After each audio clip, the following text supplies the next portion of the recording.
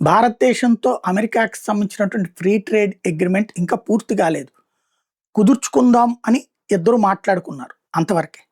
కానీ ఈలోపు కుదిరిపోయింది అన్నటువంటి ప్రచారాన్ని భారతదేశం పెద్దగా చేయట్లా.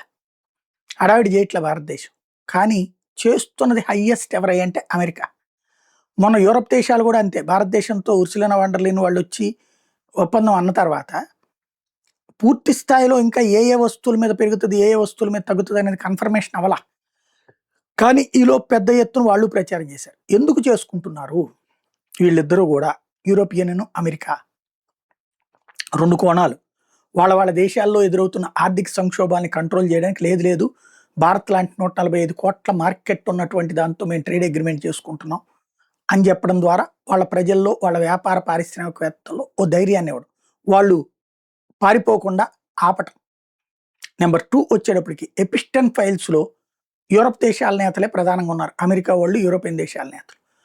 తద్వారా వాళ్ళ అరాచక లైంగిక సంబంధాలు, చిన్న పిల్లలతో వాళ్ళు ఆడినటువంటి రాక్షస క్రీడలు బయటకు వస్తున్నాయి. అది వాస్తవంగా పేపర్లను కంట్రోల్ చేశారు, టీవీలని కంట్రోల్ చేశారు. ఎవడు వార్తలు వేయట్లేదు, ఎవడు డిబేట్లు చేయట్లేదు దాని మీద. అంత దుర్మార్గం జరిగింది. చివరిని వండుకు తిన్నారు అన్న రాక్షస వ్యవహారాలు కూడా బయటకు వచ్చాక కూడా ఏమీ రాలేదు. అలాంటిది ఇప్పుడు వచ్చేటప్పటికి